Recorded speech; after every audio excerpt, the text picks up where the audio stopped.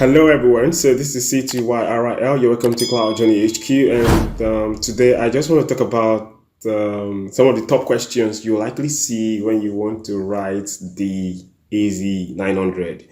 AZ-900 is one of the fundamental exams that you need to start up with when you want to go into cloud, especially using the Microsoft Azure platform.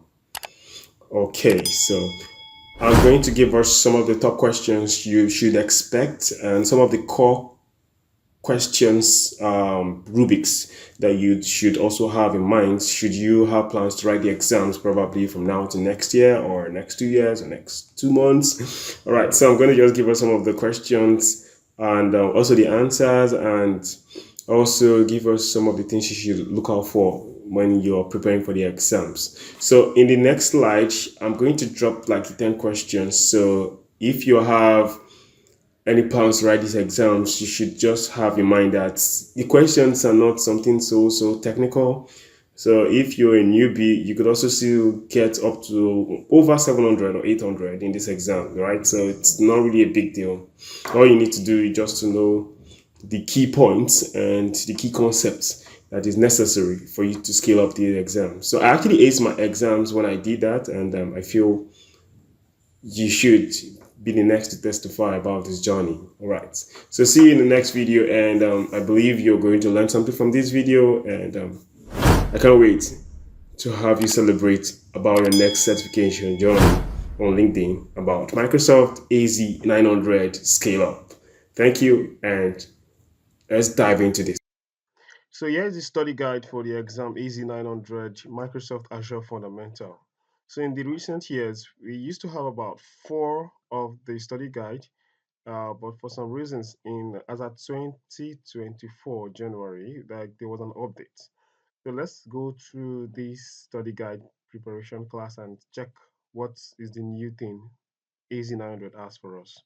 So when you scroll down, you should notice that we have the updates of the exams. So more like the rubrics of how the exams are being scored. So I'm going to show us the skill measures for AZ-900 since January 2024. So majorly, you're going to be asked questions related to these core topics. First is a cloud concept, which has about 25 to 30%. Then also, you also need to be expecting questions that has to do with Azure architecture and services, and that's going to be covering about 35 to 40% of the questions. Then here we also have the Azure management and governance. So this section of the questions is likely to cover about 30 to 35%. All right. So I'm going to also show some of the questions at the end, and we get to see how all these questions or this skill at glance are being categorized based on questions. Now, one very important thing that I would like us to understand is that for the cloud concept are questions related to the deployment models, which is like the public, private, and hybrid cloud, and also questions also related to the service models, which are the IaaS, the PaaS, and the SaaS. And some questions that also have to do with the serverless computing and cloud computing in general. So even though you're preparing for AWS or GCP, the cloud computing is still model, or should I say description, is still the same thing for all platforms. So it's actually cross-platform when it comes to cloud computing technologies. All right. So, but when it then come to cloud services, I think this is more streamlined to the application or the platform you're using. So for Microsoft Azure, they could use the word virtual machines, right? For their VMs, right? Virtual machines for their compute resource. Then for AWS could call theirs EC2, right? Elastic Cloud Compute. Then GCP could call theirs Cloud Engine, the engine, right? Compute engine. So this is where the terminologies may differ. So, but then you get to understand about scalability, cloud, reliability. Also, you get to understand about the security and also how to manage. the cloud with their resources. Okay, then okay, also you get to understand the IaaS resources, the PaaS and the SaaS for that specific platform. Though we are majorly going to focus on Microsoft Azure for this particular section of the video because all we are trying to do is more like an AWS, which is Microsoft Azure exams, right? So we are going to focus on the Azure side of things for now. And I think the last one that was given or that was updated this same year was the Azure Architecture and Services. So in this section, we are likely to have about 35 to 40% for the exam. But then you're going to learn more about the region, the availability zone, data center, right? And you're also going to learn about the resources, the resource group, general. I think this is actually where you need to really focus more because you get to understand more about the Microsoft Azure cloud computing resources and subscription side and resource group. So you are likely to know about some hands-on project as well. If you don't, you can actually just get some materials and just get to understand how these resources are being implemented. All right. So, but before this year, there used to be one more, which is about the support, right? The Azure support. But it's not really emphasized in this section. I think yes, we have just the management. Okay, so this is the next one, which is Azure management and governance. So yeah, just talk about how the costing and the pricing model are. So there's what they call Azure calculator. I think for AWS it's called Explorer, Calculator Explorer or something like that. All right. So, but in this side, you get to understand the costing of Microsoft Azure resources and how you can get the pricing for each of the resource at the end of the day. So, yeah, it gives you things related to cost from the Azure portal, and also it gives you actually questions related to advisor, service health, and yeah, and stuff like that. So this is just the updated what do you call it, study guide for AZ-900 as at January 23rd, 2024. So should you have plans to prepare for this exam, I will just advise you to go through this link. I'm gonna drop it in the comment down below or in the description box. So you also get hands-on experience to just navigate through this part. And but prior to January 23rd, there was also some updates, but I'm not gonna go into that one. We're just going to go into the recent update from Microsoft as of January 24th. All right, so now this is going to then lead us to our next section or presentation slide that gives us the questions and also prompt the answers in the end. So see you guys in the next session where we ask questions regarding AZ-900 and give the answers to each question based on the study guide we just look out for. AZ-900 Microsoft Azure Fundamentals, the exam prep tips. All right. In the documentation, we get to understand that there are actually three of these segments that are being updated as at January 23rd, 2024. So it's gave emphasis on the cloud concept, which is about 25 to 30%, and Azure architecture and services. This has a question of about 35 to 40%. And we also have the Azure management and governance, which is about 30 to 35%. So if you're preparing for this exam, these are some of the tips. So let's dive into the first section, which is about the cloud services concept. What is the primary benefit of cloud computing? So this is going to pop up some questions: scalability, on-premises solutions, software licensing, physical servers. So what do you think is going to be the answer? So this is the first question on cloud concept. All right, so scalability is the answer, and our answer is option A. Now let's go into the next question. Which cloud deployment models allows an organization to close its data center and move everything to Azure? So what we're trying to say is that this first we have the private cloud, the public cloud, hybrid cloud, community cloud. So for you to have all your resources moved to Azure, it's likely you're using the what? The public cloud. So the option is B. The next question, what is a key advantage of elasticity in cloud computing? So one of the advantages of elasticity is that it allows us to scale out during high peak period and also scaling during low peak period. Just for example, like the sales of an item from a real estate application during Black Fridays. All right, so we have high availability, low balancing, elasticity, high latency. So what do you think the answer should be? Option C. The answer is option C, elasticity. It allows us to scale in and also scale out.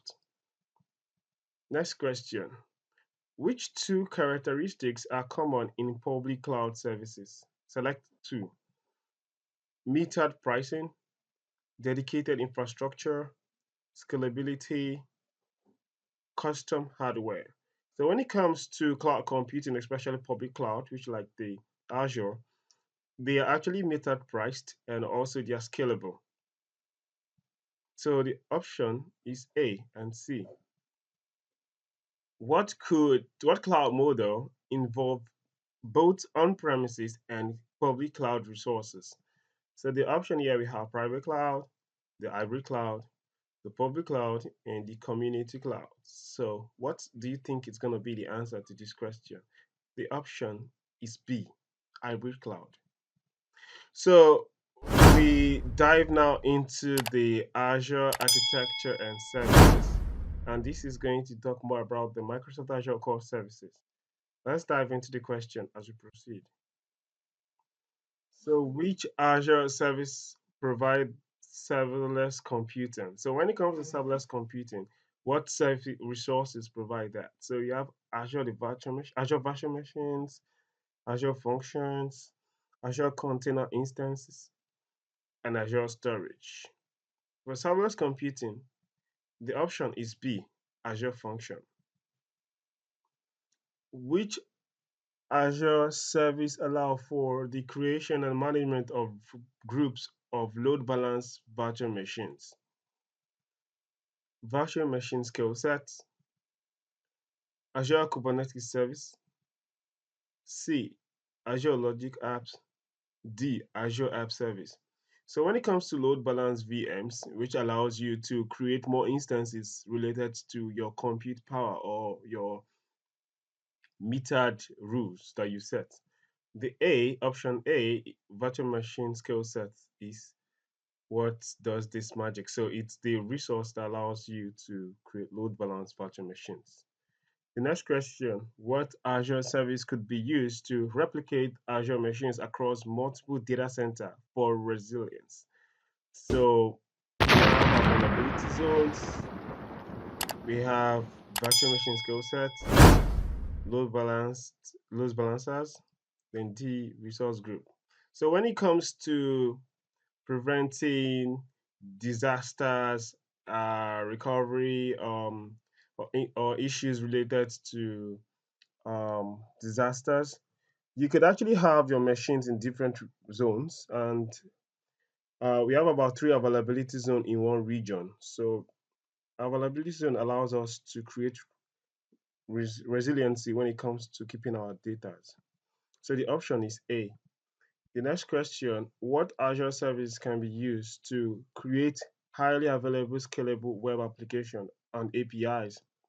So when it comes to creating web application or REST API, there is a resource that allows us to do that. But let's see the options. Azure Kubernetes Service, AKS, Azure App Service, Azure DevOps, Azure Blob Storage. So the answer should be option B, Azure App Service. Now, the next section is Azure Management and Governance, just like the way we saw that in the previous documentation. So here we talk about the security, the privacy, the compliance, and trust related to Microsoft Azure. So the first question you have in this section is, which Azure service helps to manage and protect secrets such as password and encryption keys? First, A, we have the Azure Key Vault. B, we have the Azure Information Protection. C, Azure Active Directory. D, Azure Policy. So, what do you think is likely going to be the answer to this question? The answer is option A. Azure Keyboard allows us to keep our password secret credentials and any documents that be that has to open our files, more like authentications. So the next questions regarding this same section is which Azure service provides protection against distributed denial of service DDoS attack? Option A, Azure Firewall. B is DDoS protection. C, Azure Network Security Group. D, Azure Key Vault. The option is B, DDoS protection. It prevents DDoS attack. Next question. What type of failure does an Azure Availability Zone protect against? Like I said earlier, we have about three availability zones in one region. So should you have a disaster in one of your availability zones, you can actually keep your file in the next one. So let's see what we have. A, data center failure. B, disk failure. C, server failure. D, regional failure. So the answer is option A, data center failure. Microsoft has over 65 data centers in different parts of the world. Currently, we have one in South Africa and one in West Africa at the moment, hopefully. So, what does Azure Active Directory AD primarily provide? So, it's A, authentication and identity management. B, secure web site hosting. C, virtual machine management. D, data storage. So for AD, which is the Active Directory and which is newly called the Entra ID at the moment. So the new name for this, you're not going to see Azure Active Directory, you're going to be Entra ID. So it actually allows you to carry out A, which is authentication and identity management. So the answer is option A. Next question. Which service help organization meet compliance requirement and manage security alert in Azure? So we have A, Azure Security Center. B, Azure Service Health. C, Azure Advisor. D, Azure Resource Manager. The answer is option A, Azure Security Center. So the next section, which is more like the pricing and support. This section was actually available prior to January 23rd of 2024. So I'm going to also ask some questions related to this same site, but like we said earlier, there's an updated version for your rubrics when it comes to preparing for these exams. Okay, so now let's dive now into the next section. The question goes thus: which Azure Service Help monitors and control costs for your resources? Azure Cost Management, Azure Monitor, Azure Policy, Azure DevOps. So when it comes to controlling and monitoring costs, the option is A, Azure Cost Management. It allows you to check the cost for your resources related to your billing, pricing for your resource like storage accounts, your virtual machines, and whatnot. Now the next question is which pricing model does Azure Pay As You Go model use? So we have Pay As You Go models in Azure, and first the option we have is capital expenditure, which is CapEx. You have operational expenditure, which is OpEx. You have reserve pricing. You have the subscription model. So when it comes to pay as you go model, the Azure uses option B, which is operational expenditure. That is, you pay for what you use. That's why it's pay as you go.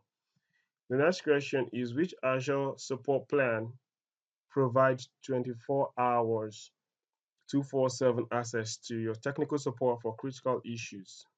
You have A, basic, B, developer, C, standard, and D, premier. The option is D, So the Premier allows you to raise support ticket for critical issues. We have the professionals and the Premier. So when your case is needs higher escalations, the Premier support plan is better off. What is the primary purpose of Azure Reserved Virtual Instances? So here we have to scale VMs automatically, B, to reduce costs with upfront commitments, C, to handle serverless workload, and D, to secure applications. So when it comes to Azure Reserved Virtual Machine Instance, the option is B, to reduce cost with upfront commitment, because you get to reserve that particular instance prior to uh, the time you need it to operate your business. We also have spot instance as well, but reserve actually helps for cost optimization. Okay, so the next is what Azure Service allows developers to manage code with version control tools.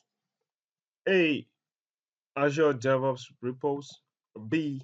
Azure Blob Storage. C. Azure Data Factory. D. Azure Logic App.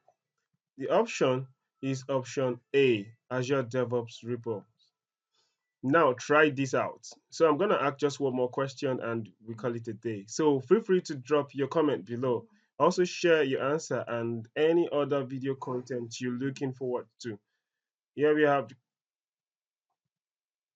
which service is best for monitoring Azure resources and application. We have the Azure Event Ops, we have the Azure Monitor, we have the Azure Policy, and we have Azure Advisor.